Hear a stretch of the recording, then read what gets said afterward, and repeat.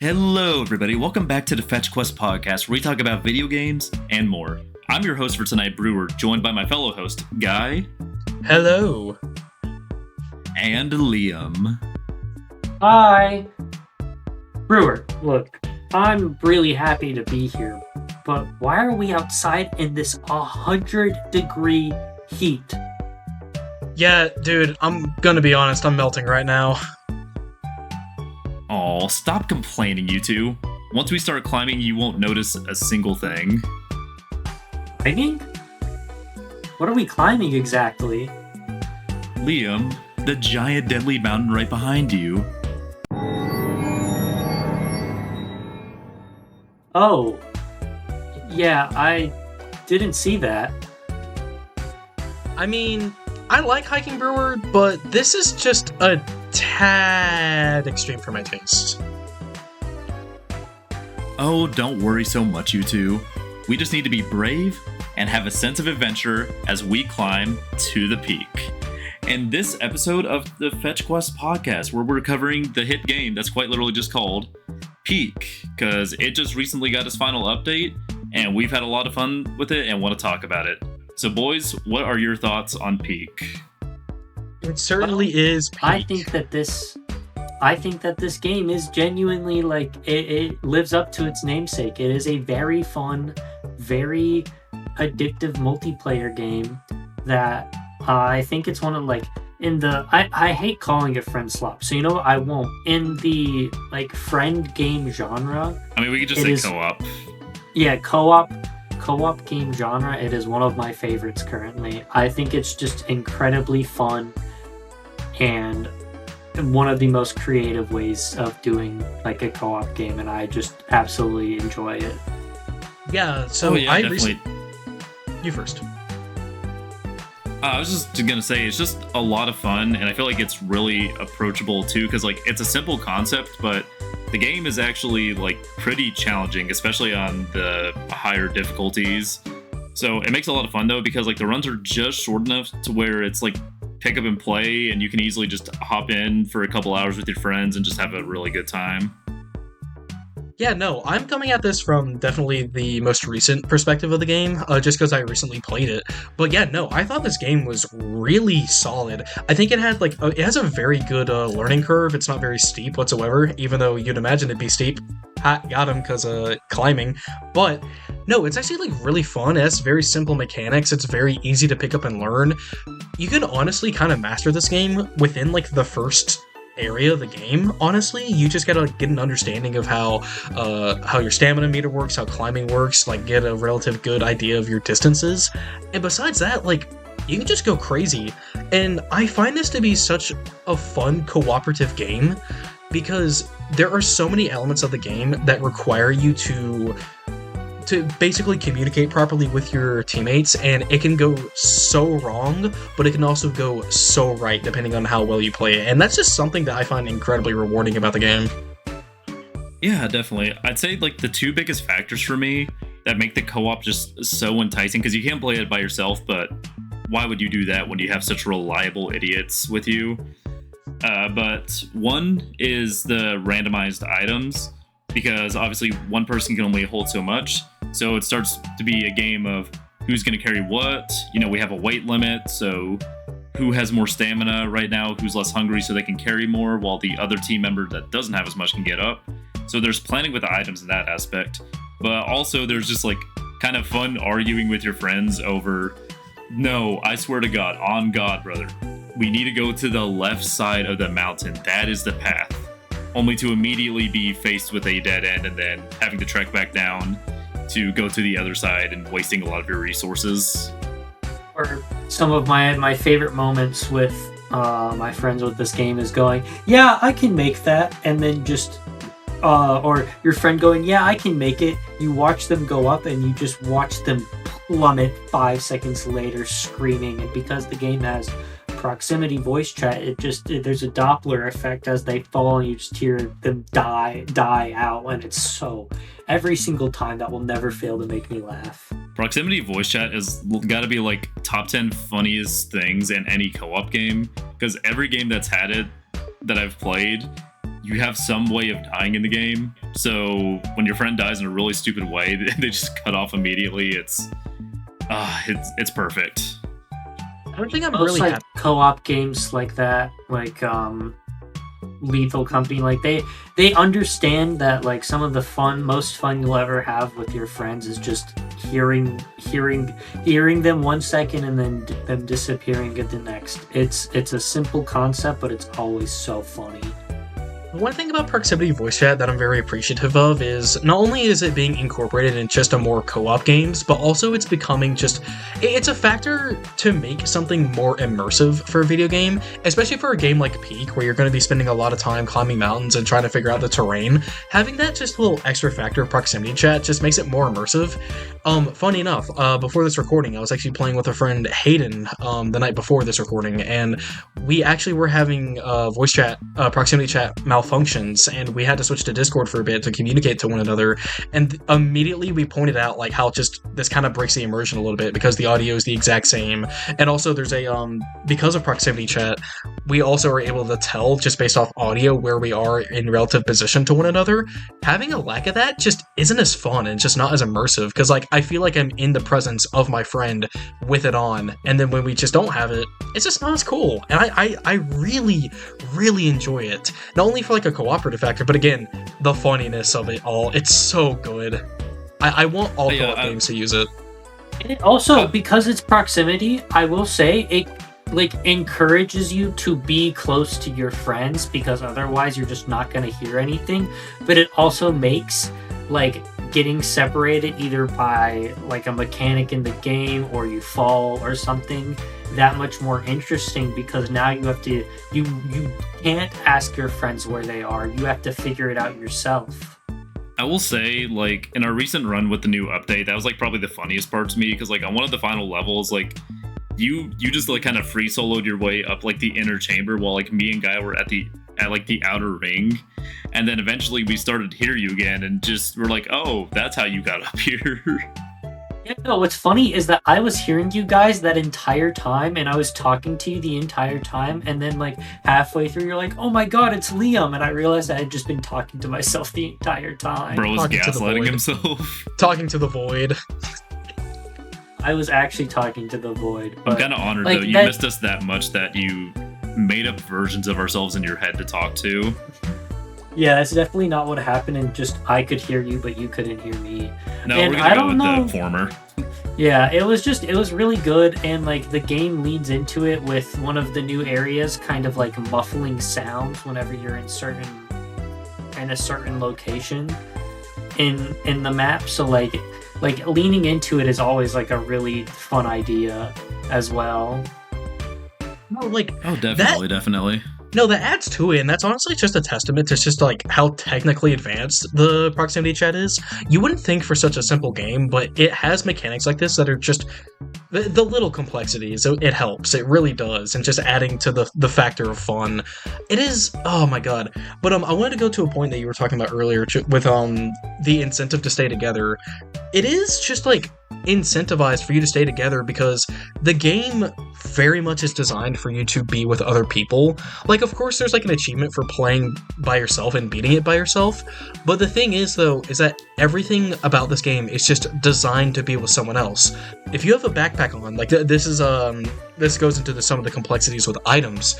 When you have a backpack on, you cannot access the stuff in the backpack without taking it off. Meanwhile, your friends can access stuff from your backpack as long as if you are on their backside, so that you can actually like dig through the pockets. And that's just like a quality of life thing if you have other people.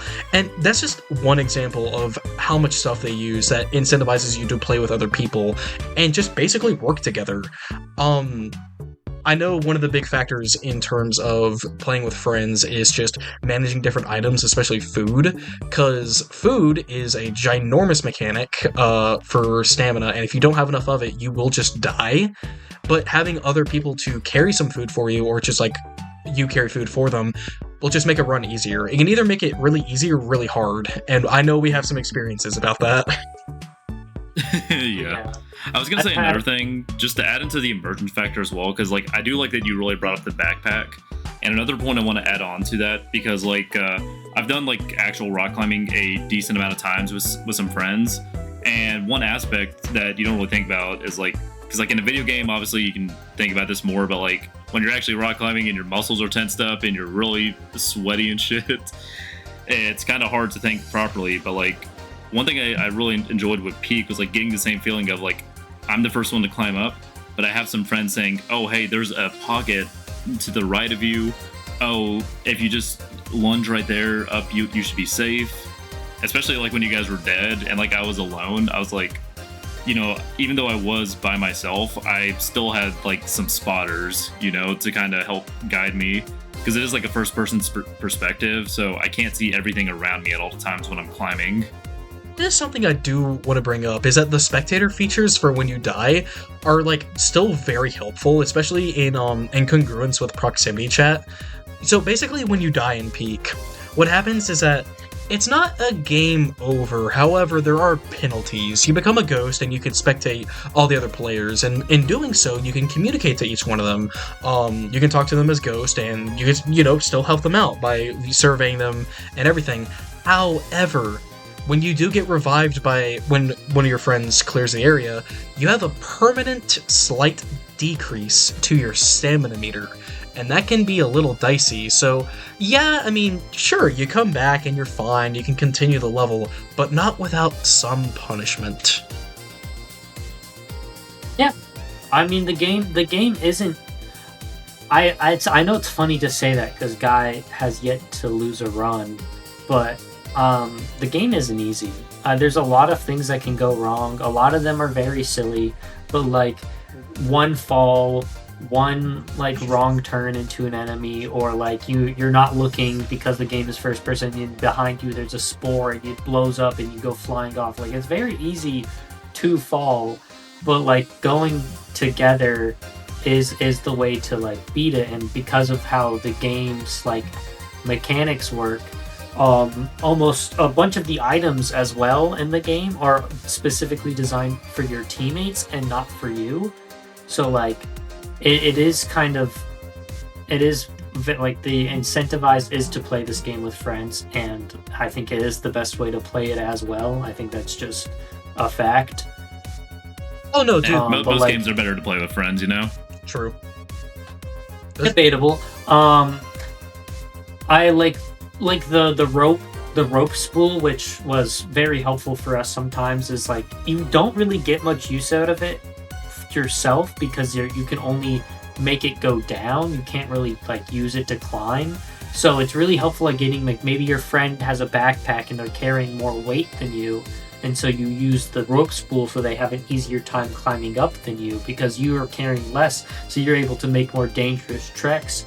But because of that, you don't have as much items on you as they do that like are necessary, like food or heat items or cold items or whatever.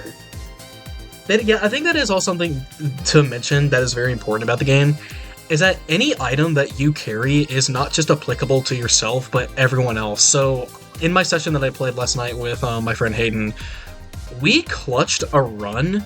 We had some really bad RNG with our third area, just because like the game is procedurally generated, which I'm glad it is like that, just so every run is different, which we'll get into later. But basically, we had climbed up a very long distance with not a very clear track in terms of where we needed to go.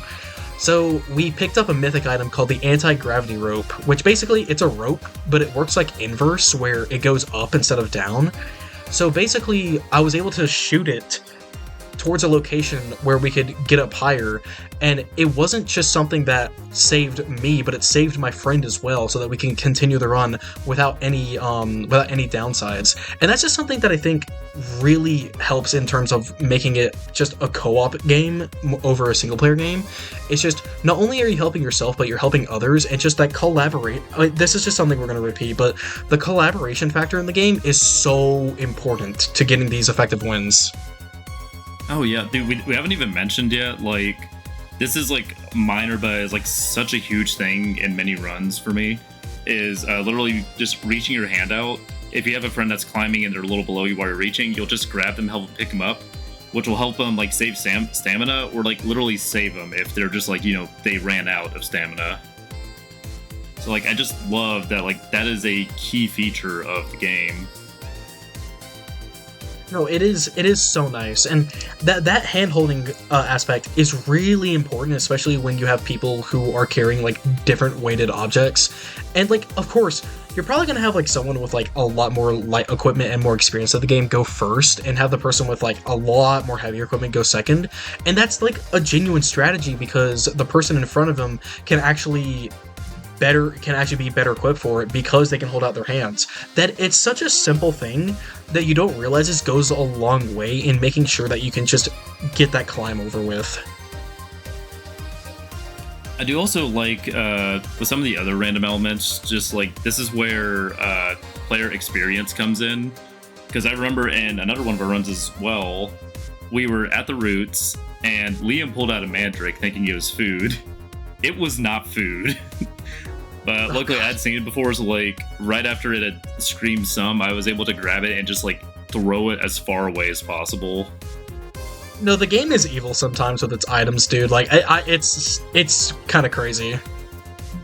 It's a game that really does punish you for just not knowing what's going on, and I love it for that because I didn't know what the mandrake did, and then it just started screaming at me, and I got like genuinely scared. And it was really funny, but like at the time I was just like, what? Oh, cool, new item, I'm gonna use this. And then it immediately just like backfired on me. And I think that's a good part about like these kind of these specific genre of co-op games is that kind of just like experimentation, especially with like in these games where like half the stuff is trying to kill you, where like I like the whole half the stuff is evil and then half the stuff is great, but then there's like that like little gray area where these things are evil but they're also really helpful. I will say I also like how even a lot of the evil items still aren't like always terrible, because like some of them, like a lot of the mushrooms, you can cook away to bad effects, or a lot of times as well there is like that risk reward. Like for me, when I was alone in the Roots, I was running very low on food, so I had low stamina, so you know what? I know that blue mushroom in front of me is poisonous because Liam's eyes literally glowed like he was getting possessed when he ate it, but I'm also a little hungry right now, so I'm gonna eat it anyways and just see if I can survive. Guess what? He did. Because this game is awesome, and it was hype as hell, and it was beautiful. Because, like,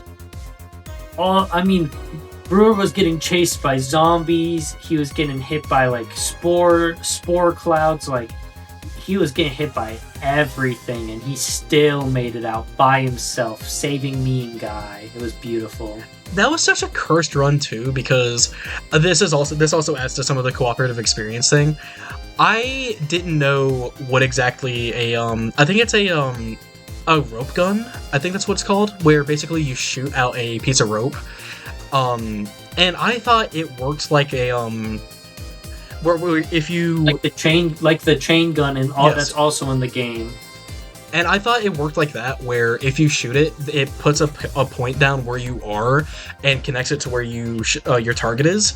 So we're in like a really bad location. Like it is like practically impossible to make progress from where we were. We just didn't route very well.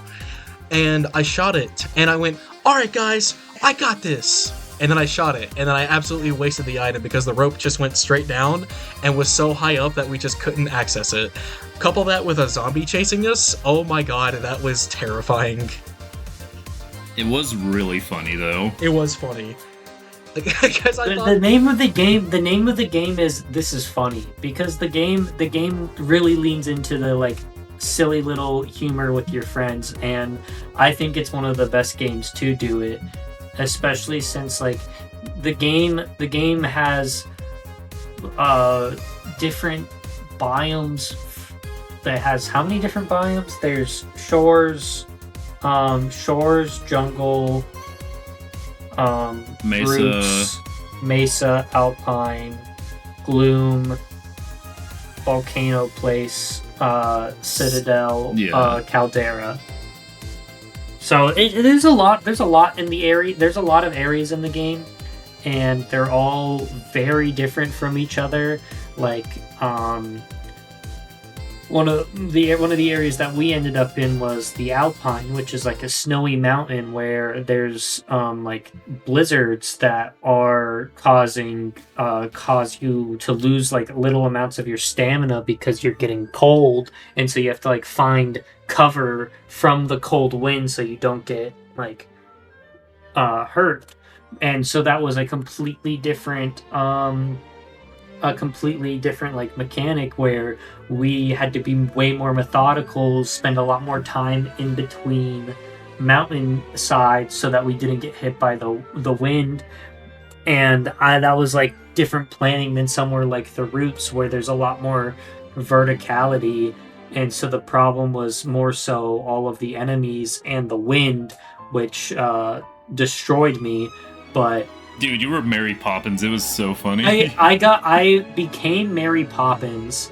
I had a parasail, and I didn't realize that the wind would affect it. But I mean, of course it would. So I'm like, oh, I'm gonna stop my fall with this parasail, and then the wind picked me up and threw me halfway across the level.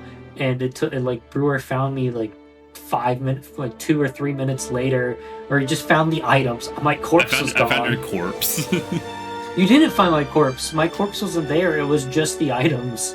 It was kind of like a kid had thrown a completed Lego set like right at the wall, and it was scattered everywhere. Jesus. But like the game is just really well at like making those kinds of moments where you're just in these absurd situations, and like it's very hard for you to predict everything in this game, because the game has a lot of randomness to it that is by design, because the game is supposed to be chaotic. I mean, half the items in the game are like supposed to help you, but then they have really bad consequences if you misuse them. Like in the final area of the game, I kept getting this thing called the Scout Cannon, where I can put myself in the cannon and shoot myself and gain a lot of vertical distance. But if I don't space myself correctly, I'm going to shoot myself into certain death. And so I avoided it because I didn't want to do it, and instead I grabbed a bunch of balloons and achieved flight. Yippee! Yay! I got an achievement for it, for achieving flight. You did, and I also technically got that achievement just because we were in the same room together, which is really funny. But I was also going to say another co-op aspect I wanted to focus on was that randomness you brought up with like the winds and stuff, and like the freezing cold, because I do think those random elements really do help it make you feel like every member of the team is contributing. Because Liam was hyping up like my clutch at the Roots, but at the same time though, if it wasn't for those two, like I'm pretty sure I died like at the shore earlier, or also like in the Alpines, like I almost froze my ass off until guys like, oh dude, hide in this hole, I'm right over here, go to your left. Just a lot of stuff like that where even if you are experienced, you still can't always immediately react to what's happening, but that's what you have your friends for, and that's what makes it like you forge just steel bonds with these idiots while going up and down a mountain. Teamwork makes the dream work. Wow. Yes, as corny as it sounds. Listen, the game wants you to lean into the corniness, because it very much is a teamwork game. There's an entire mechanic that is useless in single player, where you hold out your hand and help someone else up a mountain. And so like if you don't have a teammate, you don't have anyone to help you up the mountain. You got to do that all on your own, and that can be very difficult because you're like the stamina of this game isn't that much in the grand scheme of things. So like a lot of the climbing is reliant on that like helping hand. Like Brewer, Guy, and I would have never made it up that mountain if we didn't have each other to like help us up. Especially Brewer, because he was carrying the most items. He needed that hand a lot more because he had way less stamina than me and Guy did. So I would usually go up first in front of everybody, and then help Brewer, and then Brewer would help Guy, and that was kind of like a very big that was a very big part of the game plan, was just we all work together like that. Yeah, and it was beautiful because it worked out very well. We had a couple hiccups here and there, but we made it through. Exactly. One point I do want to go back to a little bit is just like the funny factor. The devs really support it, and I would go a step beyond, and they really encourage like the shit posting nature of the game itself.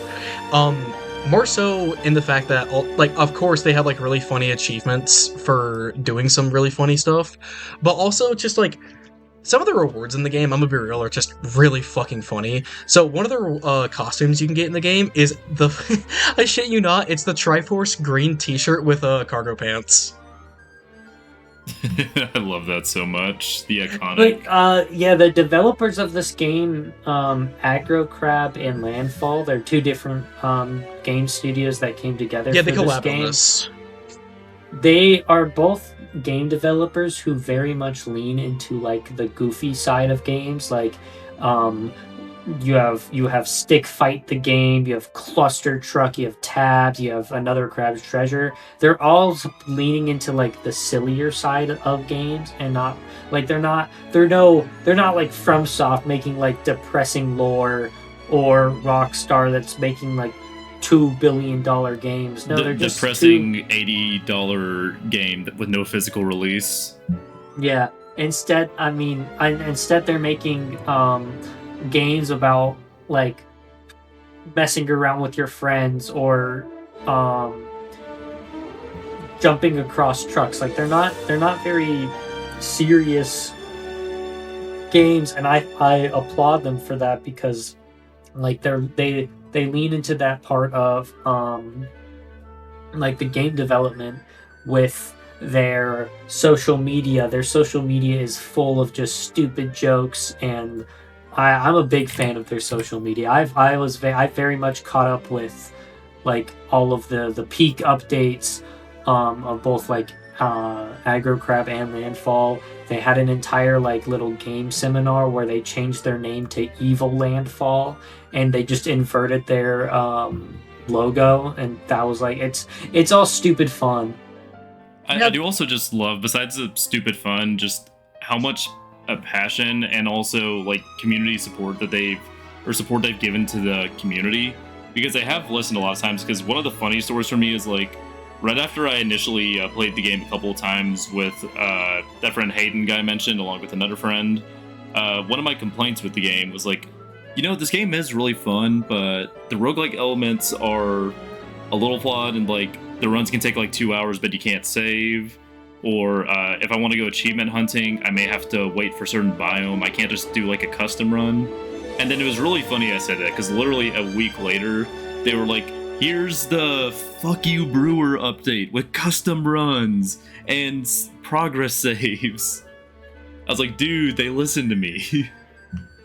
Yeah, I mean, this game is a roguelike, which, like, I'll be honest, it feels like a pseudo roguelike, because like it does function as a roguelike, but I really don't feel that kind of element of the game. Yeah, I mean, in full fairness, there's a lot of things you can label roguelike these days for just like randomness. It's just become a really popular buzzword, because like if I was wanting to go roguelike in genre, I would say, ooh, once you get to the top of the mountain, pick from 3 different upgrades for your speed, stamina, or jump power or something. I don't know. You get the gist of it. You guys have played enough roguelikes. Yeah. There are no permanent upgrades in the game, which is great. You have a base level, and then the only thing that really alternates things is you can make the game harder through modifiers and ascent difficulties, and then the items that you get are going to be different every time. And you can get super powerful items that make the game like Guy's anti-gravity rope, or like I got like a fairy lantern, which just provided like AoE healing to everybody. So like there are really powerful items as well, but like it is there's just a base base level of everybody starts the same. If you were to start the game and get to the peak on the first round, it would be the same as if you beat the game on run 300, because like it's the same level of, the only thing that changes is your experience, nothing else. Yeah, that and maybe the ascent difficulty you do. But... Oh yeah, yes, but that only adds challenge. There's no like permanent upgrades. Oh yeah, like, no, of course. A lot of other roguelikes will have things that you unlock that make later runs easier, or like massively alter the way you start. Yeah. Which, I mean, hey, that works for some games, but I'd say for Peak, it's probably better they didn't. Because at the same time, like, again, the development team has just done so much to really keep improving the game, even though, like, the game is really cheap. It's like $8, and it's on sale all the time for $4. And that includes now with, like, their big new update, a bunch of different costumes for the characters and emotes and stuff, which they could have maybe charged a little extra for a couple of those, but they're goated and they didn't. Well, have you heard their reasoning for why they made it $8? Dude, I know their reasoning for the price. It's so funny. I do not know about this. They basically said it's like $1 to $3 is basically free. $3 to like $7 is $5. That's what they're saying. That's what people think of when they see that price.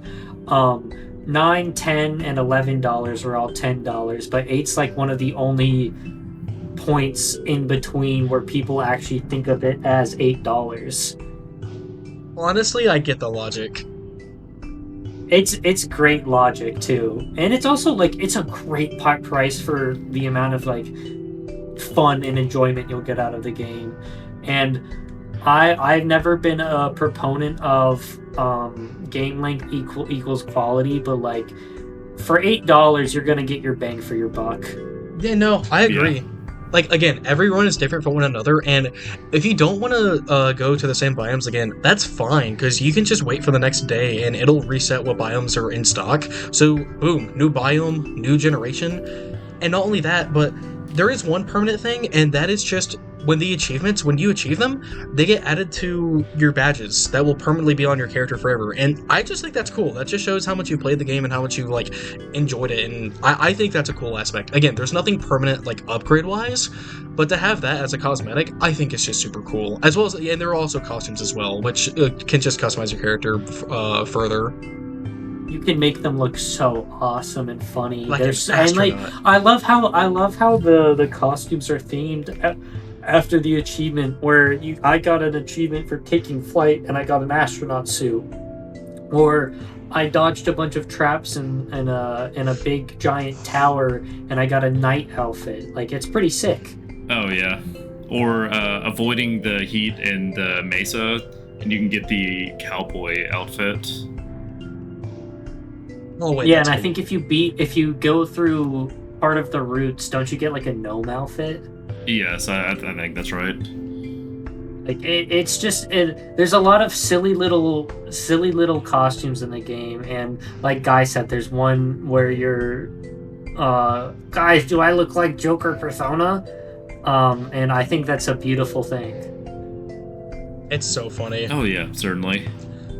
But yeah, no. Well, I think with that, like we can kind of give our closing thoughts, maybe. Yeah, I agree. Yeah, no, Yeah. I think we've covered everything on a game, because I've mostly just been spitballing at the end now for the devs, because I'll start first and just reiterate a lot of my points. Peak is a fantastic co-op experience. You can experience it solo as well, not to knock the game by itself, but please, if you have some friends that are down to spend like an hour and a half to 2 hours with you, you can have such a good time with Peak. There's a lot of randomness to make it unpredictable and make you stay on your toes. There's a lot of just laugh out loud funny moments that aren't just by complete random chance. The devs did put some thought into making you laugh. And on top of that, it's just a fantastic game overall. I feel like it's that perfect blend of this is going to be a co-op game where I'm going to be dealing with some random bullcrap, but there's some actual strategy. as well, so I'm not just like feeding myself to the wolves every time. And on top of that, there's just so much love and care with all the little extra details that they put in the game that they really didn't have to. And also the fact that, again, for such a cheap game, they've given so many free content updates and are still promising to patch out any bugs or balance the game out as needed. So please play Peak. Sorry. I was gonna say the game is also the final like big thing they're doing is putting the game on console. So the game will be available past just PC in the future. Yay! Yippee! Which means, I don't know if there'll be crossplay, but if there is, that'd be pretty cool. That'd be pretty fun. But yeah, no. I guess I'll go next. Yeah, like basically what they said before. Like, this is just a fun game. I loved it. It was so easy to pick up. I want to play more of it actually. I probably won't until a little bit from now, just because I'm focusing on other games. But it's really fun. It's worth playing with your friends. I just had an amazing time with it. I really think if you just want like a if you just want a sick game to play with your friends, that'll last like an hour and a half, 2 hours, Peak is the perfect game for it. It's so nice. Like, I cannot wait to play this again. I just had such a good time with it. Exactly. I mean, yeah, I feel like everything's already been said at this point. It's a very good multiplayer game that's worth all the money you spend. I'd say it's one of the best multiplayer games of like the 2020s in terms of like quality over quantity. The game developers have been very vocal about like their vision for the game. I love the game developers. They're great. They really love their community and care about this game, but they're also have been very vocal about this has never been a live service game. It's always been like we're getting the complete product whenever, like the game could have been complete when the game came out, but they decided to add more just because they like did not realize how popular this game was going to be, because people found the game and was like, man, this game is so much fun. I want to keep playing it with my friends. I'm gonna play it with different groups of friends, probably. These guys, I would love to play with them again, but like it's kind of just a pick up, play. Maybe you do only one run, maybe you do two, but like you're gonna have a good time, get off, not play it for a while, then come back and have like a great time with it all again. Those are games that I can always get behind, because there will be a game that you will always look back upon fondly, and that is all you can ask for sometimes is in a game, is just to remember all the good times you spent with your friends and what the game was able to give you, and I think that is beautiful. Yeah, beautifully said. But I do think, speaking of good times, if you guys have had a good time with this episode of the Fetch Quest podcast, please make sure, in the same way that Liam's corpse was thrown across the terrain and smashed into the wall, smash his corpse into the like and subscribe button to show your support if you enjoyed this episode. And maybe give us a comment as well about maybe some of your favorite moments in Peak, or maybe some of your biggest fails as well. But with that, we've been the Fetch Quest Podcast. Thank you very much for watching this episode. Have a good night. Bye-bye! Bye!